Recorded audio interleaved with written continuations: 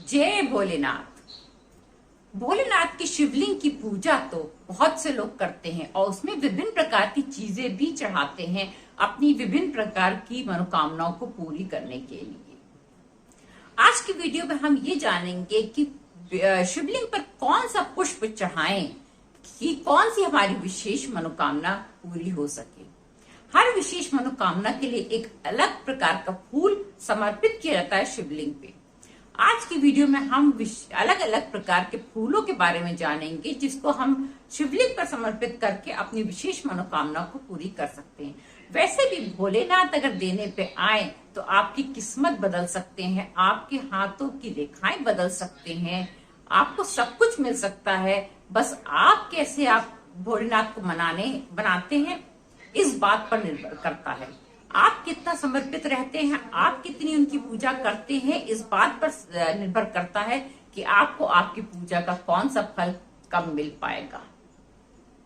चलिए आज की वीडियो में हम यही जानेंगे कि कौन से विभिन्न प्रकार के फूलों को हम समर्पित करके अपनी कौन सी मनोकामना को पूरा कर सकते हैं। नमस्कार दोस्तों, मैं अंजलि सक्सेना स्वागत करती हूँ आपका अपने चैनल पर।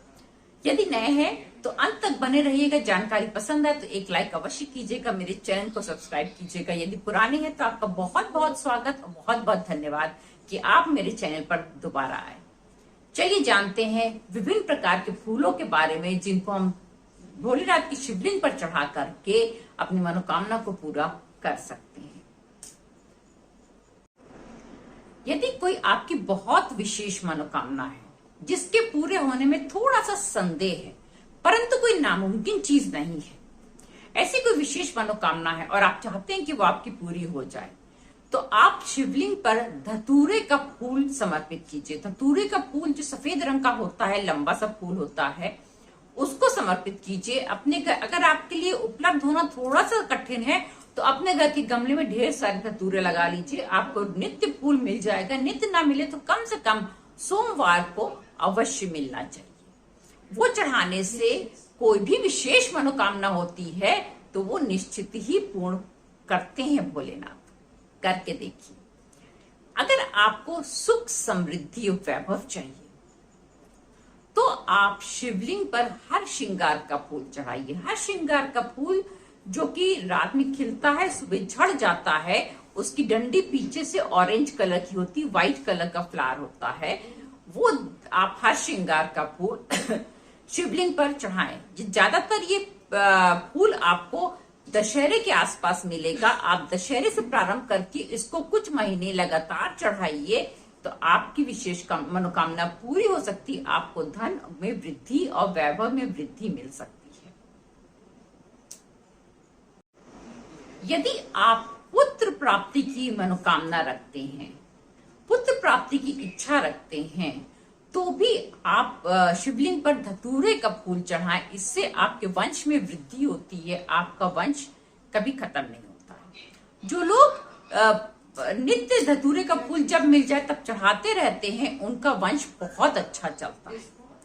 यदि आप शत्रुओं से बहुत परेशान हैं और आप चाहते हैं कि शत्रु आपसे पराजित हो जाएं, शत्रु आप पर विजय कभी ना प्राप्त कर सके, तो दो फूल होते हैं जो आप उनको चढ़ा सकते हैं।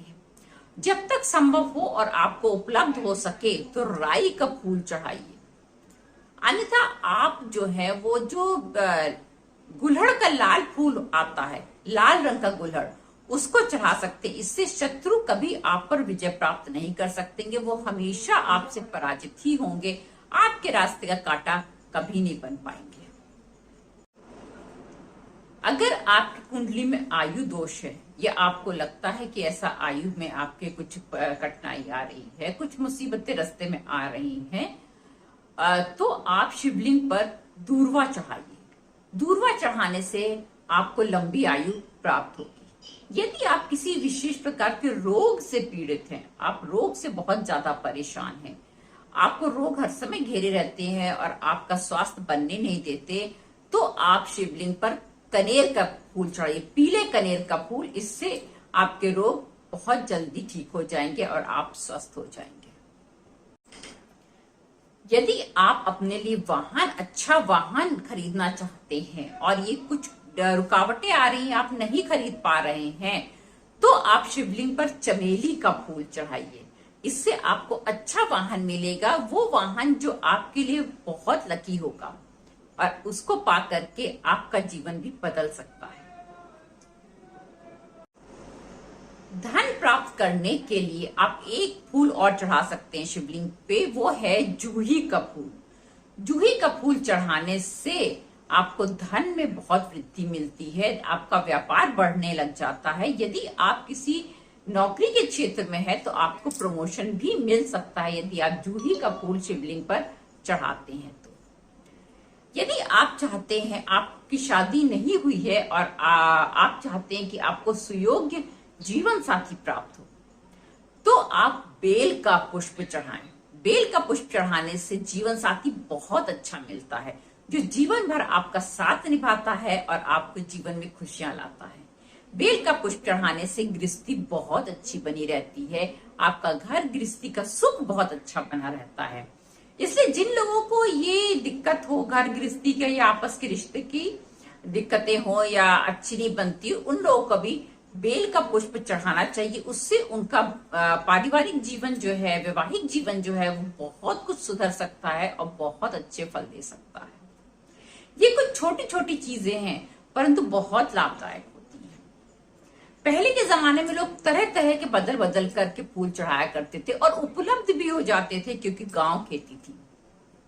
अब शहरों में उपलब्ध नहीं हो पाते हैं, इसलिए ढूंढना पड़ता है और ना मिलने की कंडीशन में क्या करते हैं, जो आपको मिल जाता है वो आप कर देते हैं। परंतु जैसे राई का फूल है, हर किसी को उपलब्ध नहीं हो पाता है, तो क्या करते हैं, वो लोग नहीं चढ़ा पाते हैं। चमेली का फूल है, ये तो फूल वालों के यहाँ ये सब मिल जाता है, लेकिन बाकी जो फूल है, कुछ ऐसे फूल है जो नहीं उपलब्ध हो पाते हैं। सरसों का फूल है, वो नहीं मिल पाता। सरसों का फूल चढ़ाना शिवलिंग पर होली के टाइम पे बहुत शुभ फल देता है। तो जैसे जैसे आपको उपलब्ध हो सके आप फूल अवश्य चढ़ाएं। फूल चढ़ाने से आपका जीवन भी फूल की तरह खिलने लग जाएगा और महादेव की कृपा आपको निश्चित ही प्राप्त होगी। यदि जानकारी पसंद आई हो तो एक लाइक अवश्य कीजिएगा। मेरे चैनल को सब्सक्राइब कीजिएगा यदि आप नए आए हो। जय भोलेनाथ। भोलेनाथ की कृपा आप सब पर बनी रहे, आपका सबका जीवन सुखी रहे, समृद्ध रहे।